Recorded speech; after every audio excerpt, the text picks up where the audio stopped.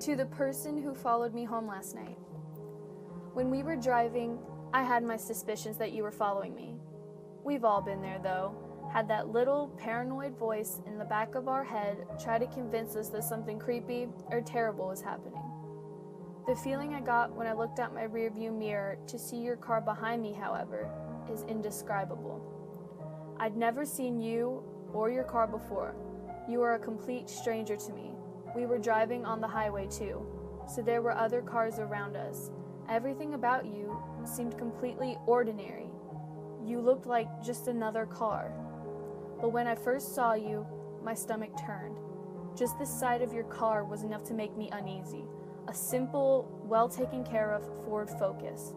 I felt embarrassed that I was getting so worked up over what appeared to be nothing, and turned my radio on for comfort. This distraction worked initially, but as my exit approached and I glanced back to see you were still behind me, the fear came creeping back. I blamed my anxiousness on a stressful day at work.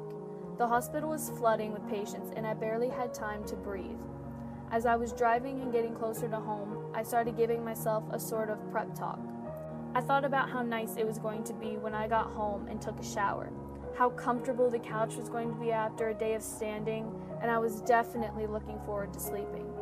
Yet even with these things in mind, I could not shake off the feeling of dread I had knowing that you were driving behind me. I decided I was going to give in to my fear, just to prove myself wrong. When I got to the light to turn left onto my street, I decided to make a U-turn. Not only was the turn illegal in that particular area, but there was absolutely nothing along the road except for a car dealership. I scolded myself for being so stupid and letting something this small bother me, knowing I would have to go back into town to turn around and come home, but I just couldn't help myself. When the light turned green, I held my breath and made the U-turn. My heart was racing in my chest and my hands were clammy. I made it past the car dealership without looking up to check if you were behind me. I made a right to get back into town and then I looked up. There you were. I drove into town and started making every turn I could take as casually as I could, and you were still behind me, keeping your distance as you had been the whole drive. At this point, I didn't know what to do other than go home, and if you did follow me home, then to call the police. It was getting late and my blood sugar was beginning to drop. I told myself that I had to get home to take my medicine or I'd regret it later, and I made one last effort to convince myself that you weren't following me. I returned to the original light where I made the U-turn, and you returned with me. I drove down my street, and you drove with me. I turned into my driveway, and you kept driving. I quickly got out of my car, my knees were beginning to tremble, and I was shivering from my blood sugar dropping. I got inside and locked the door behind me. I ran to the kitchen for my glucose tablets. As I swallowed my medicine and waited for my sugars to rise, I sat down on the kitchen floor with my head in my hands. I was quiet and breathing deeply, trying to soothe my pounding headache.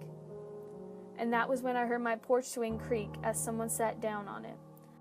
I listened as it swung back and forth, gently thudding on the wall, in complete sync with the throbs of my headache. I didn't move from the kitchen floor until I heard you walk down the porch steps, the sound of your car starting and the sound of you backing out of my driveway. When I woke up this morning to you parked in my driveway once more, I called the police. They came, and when they arrived, you were gone. They didn't believe me that you were there at all. But you came back tonight without your car. You're swinging on my porch swing, singing softly, gently thudding against the wall, and I'm afraid the police won't make it here in time.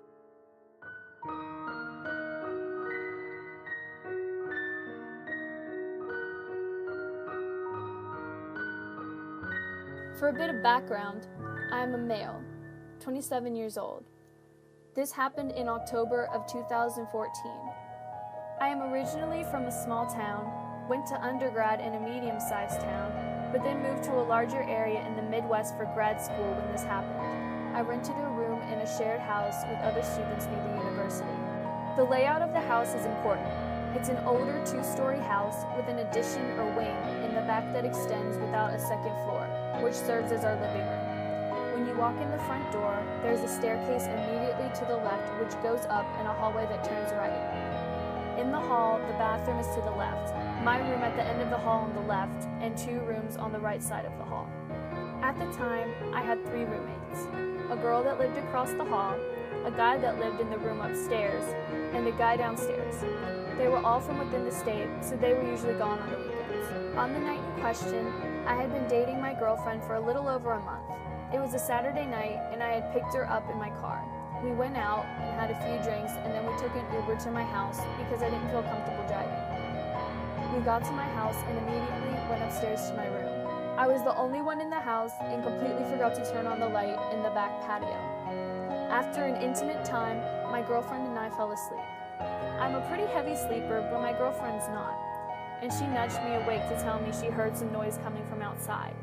I told her it was probably some drunk people walking by, since I lived close to campus where students live, or a raccoon of some sort. She seemed satisfied with this answer, and I tried to go back to sleep. Just then, I heard another noise, coming from the back of my house. It sounded differently than people walking by. I got out of bed and walked to one of my windows, which faced the back of the house, directly on top of the living room roof. I had the blinds and curtains down, but I peeked from a corner and looked outside. My slight buzz and drowsiness immediately went away, and my heart raced like crazy after I looked outside and saw the silhouette of a person climb onto the roof of the living room to my house. My girlfriend saw my reaction and asked what it was. I immediately told her to take the phone and go into Jessica's room across the hall and lock the door and call the police. There was an intruder on the roof of my house. Luckily, Jessica was gone almost every weekend and had the bad habit of leaving the door to her room unlocked. My girlfriend did as I told her while I slipped on my shoes, wearing only gym shorts. I grabbed a sharp, serrated knife I had left on my desk after eating the night before and stood next to the window with my back against the wall and listened closely. I could hear the person walking along the roof, barely feeling his footsteps on the roof. Then, I heard some noise and could tell he was fidgeting with the bathroom window, which is right next to my room. Luckily, the window was locked. I tiptoed outside my room to the hall, waiting to attack if he broke the window, knowing I had to protect my girlfriend, who was in the locked room across the hall. I stopped hearing the noise coming from the bathroom window and then started hearing a similar noise coming from my window, the one I was just standing next to. I quickly walked up and stood with my back to the wall, next to the window, my heart pounding. I grabbed the knife tightly in my hand, waiting to hear glass breaking, mentally rehearsing what I would do if he tried to break the window to unlock my window. I was going to slash at his wrist, hoping to cut a vein, but if he was wearing a heavy coat, I would impale his hand, barely being able to see in the darkness, the only light being a shimmer of light coming from my other window, which faced the other side of the house. All of this occurred in just a few seconds, but then I realized that maybe I could scare the intruder away and avoid a confrontation. I took a deep breath and yelled, "I have a gun! Come inside and I will fucking shoot you!" The noise stopped, and I heard the thud of footsteps away from the window and then the noise of gravel. I was sweating at this point and walked outside my room and knocked on Jessica's door, telling my girlfriend that it was me and I think the intruder was gone. She unlocked the door and opened the door. I saw she had been crying. I dropped the knife and hugged her and told her it was going to be okay. Just then, I saw blue and red lights outside the window of Jessica's room, which faced the front of the house. I told my girlfriend to come with me so we could tell the police what happened. I walked downstairs, turned on the porch light, and unlocked the door, opening it slowly and holding my hands up. The police were approaching with their guns drawn and saw me in nothing but shorts and shoes, sweating profusely. I kept my hands high and told them I lived here, and the intruder ran away out back.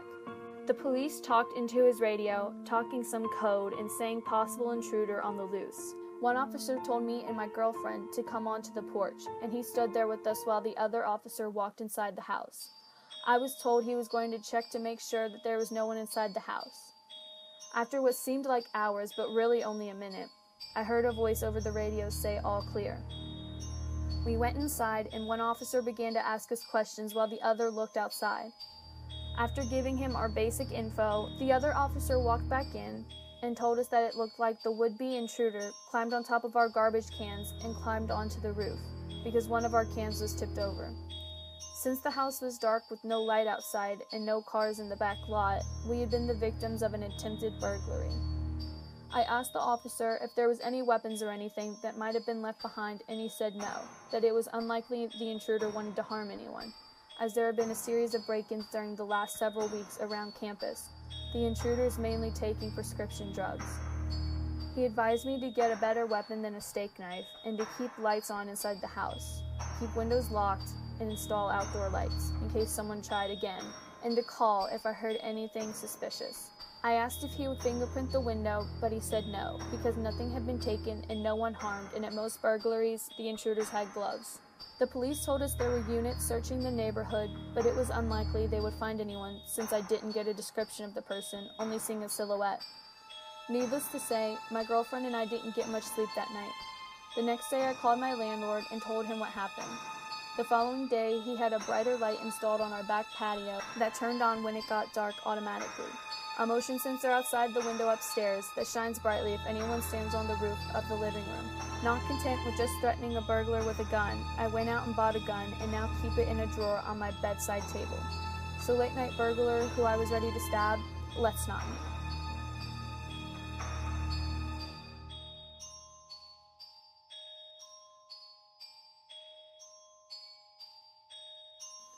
Okay, let me start off by saying that I'm not a street smart person, or I wasn't back several years ago when this occurred. I've always been pretty naive and trusting, sadly, which has landed me in some pretty crappy situations, but this one was by far the scariest. So I had just recently gone through a really shitty, bitter, horrible breakup with my boyfriend and found myself living alone after he packed his bags and left. I didn't really know many people in the area, and so tended to turn to the internet to pass the time. Long story short, I started chatting to a guy, let's call him John, and we started hitting it off, and it turned out he lived pretty close to me. And by really close, I mean probably a half-hour walk away. So we decided to meet up the next day and see how it went. I phoned my friend, let's call her Anne. Anne is infinitely wiser and more cynical than I, and told her what the plan was. She insisted she come with me as I didn't know this guy. He could be an axe murderer, blah blah. So the next day, Anne and I met with John at around lunchtime in a local pub. It was midsummer, so we sat outside in the beer garden. It was pretty busy despite it being lunchtime, and this place was right next to a busy road, so there was nothing to worry about, right? Well, we got some food and a beer, and we were all chatting, and it's going pretty well. We were all hitting it off and having a laugh. We are taking turns to go to the bar to get around. So the day is turning into the afternoon, which is turning into the evening.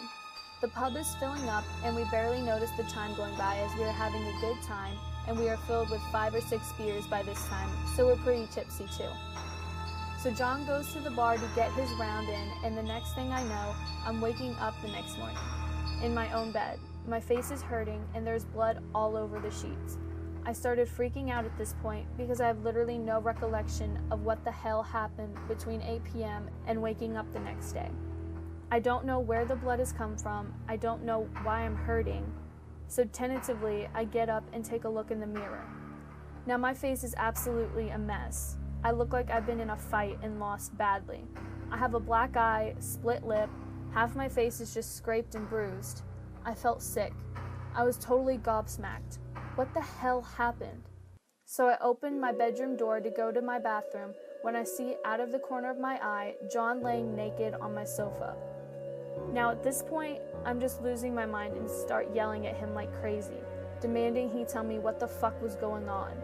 He eventually calms me down and explains to me that I got out of my mind wasted the night before and I was embarrassing myself, slurring and stumbling all over the place, and eventually I fell over a picnic bench and hit my head pretty hard.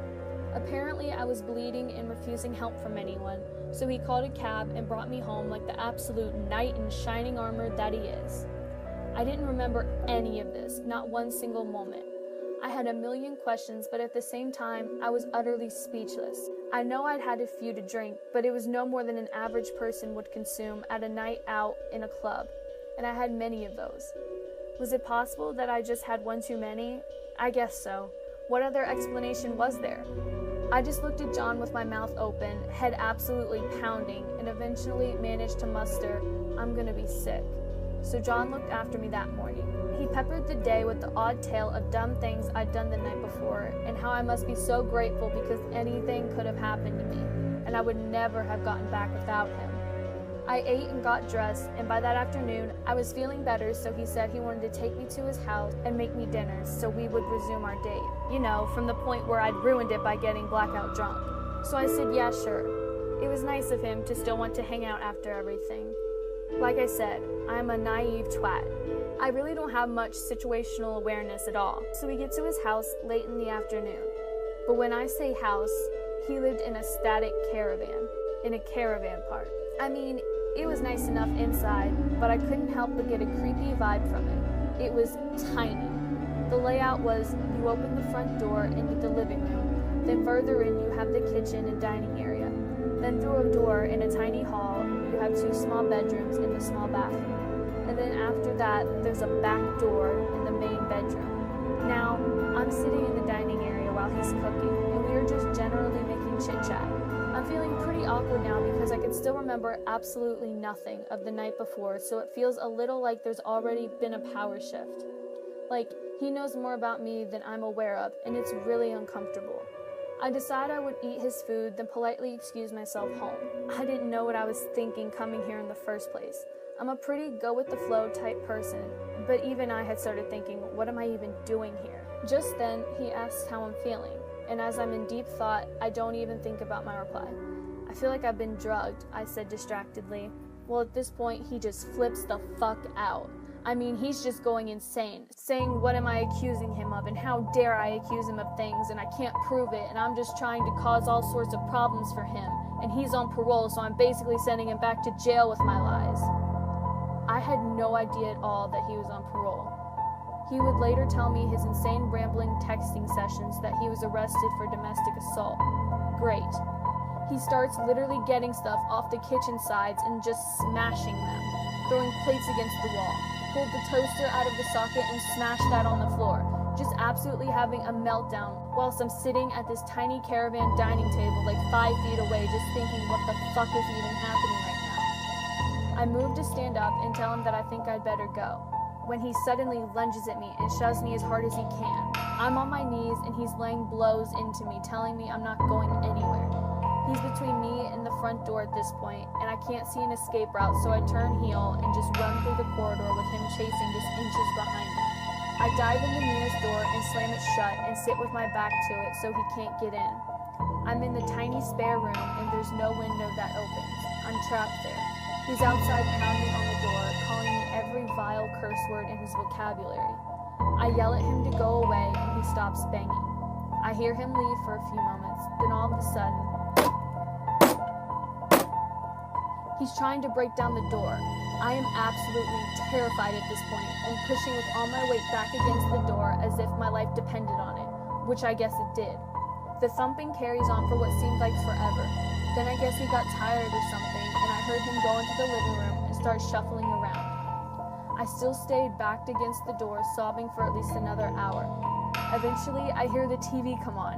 He's actually sitting chilling, watching some TV like nothing, whilst he's basically got a hostage cowering in his spare bedroom. I felt a flick of anger and adrenaline at this point, and I ever so slowly and quietly open the door and peer out. The hall is in darkness and the door to the living room is shut. I'm alone, but I'd have to walk past him to get to the front door. I'm desperately thinking of a way I can get out when I remember the back door. I creep over to it as silently as I could and prayed that it was unlocked. It was. I silently thanked every single god I could think of and crept out, shutting the door slightly behind me. I crept down the stairs and then just ran, just sobbing and delirious and so fucking utterly confused. I had no idea where I was. It was pitch dark and I'd never been to this part of town before. I ran to the nearest payphone and used the change in my pocket to call my friend to come and pick me up.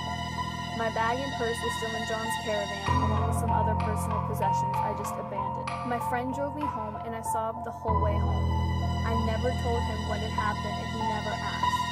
I just got home, went to bed, and cried myself to sleep. The next morning, I wake up and find my phone that I've left at home. It has about 50 text messages on it, mostly from John, telling me he's going to patrol bomb my house and kill my family, and if he ever saw me in the street, he would stab me to death, and he'd happily go to jail if it meant I was dead. I deleted them all. I was scared out of my mind. I just wanted it all to be over and to forget about him. I never really told anybody what happened, not to the full extent anyway. As the days went by, I would get crazy rambling texts from him, one moment threatening to kill me, and the next moment telling me he loves me and he's sorry. I deleted every single one as soon as I received it. They gradually got less frequent, and I changed my number not long after and didn't hear from him again. I got in contact with Anne a while later. Turns out she has no memory from about 8 p.m. that night, and her boyfriend had an incoherent voice message from her, just babbling and screaming and crying. He picked her up wandering, bewildered, around a nearby housing estate. I know we should have gone to the police. I know I should have told somebody. I know there's a million things I could have done, but I just wanted it to be over. It was the surrealest thing that had ever happened to me, and I still sometimes think back to it and wonder if it had really happened because it was just so insane. So, crazy psycho online date guy, let's not ever meet again.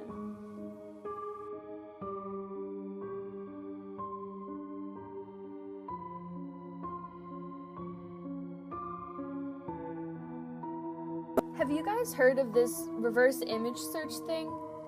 I hadn't until recently. I was doing a paper on influential artists of the 21st century and came across it when asking who painted this one thing. Someone on Reddit said to just reverse image search it and sent me a link to Google Images. As it turns out, you can just drag and drop a photo saved on your computer into the search box and the system will look for other images that are similar to yours. With popular images like a famous painting, this will usually lead you to a website or article about that painting. This made the rest of my paper a breeze to write. I was able to save the paintings off of my professor's online instructions, reverse image search them, and then throw together a paragraph or two about the painting, the artist and their influence, blah blah blah. I finished my paper and thought I could have some fun with this new tool. I had a few images of my favorite superheroes saved on my hard drive and have always wanted to know where they came from. I thought this would be the best time to find out. So I dragged and dropped a drawing of Barry Allen into the Google image search bar to find out it was the cover for The Flash number 22. I was super stoked. I had started collecting comic books somewhat recently and thought this would make a great addition to my collection, especially considering it's been saved on my computer for so long. After a few hours of this, I thought I'd take the Google your own name game to the next level. You know the game. You just, go to google.com, type your name in the search bar, and hit I'm feeling lucky.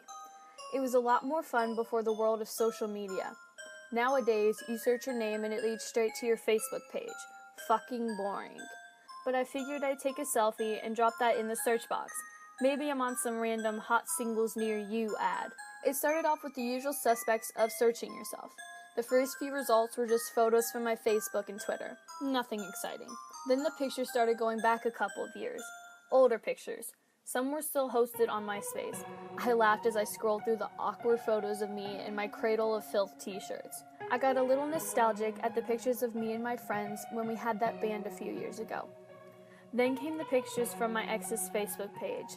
Nobody likes coming across memories of past relationships, especially ones that didn't end so well. Those pictures made me think of how lucky I am now. I've been living with my girlfriend for about 2 years now, and she actually makes me happy. Not that looking for love and I'm used to this person happy, the real deal happy.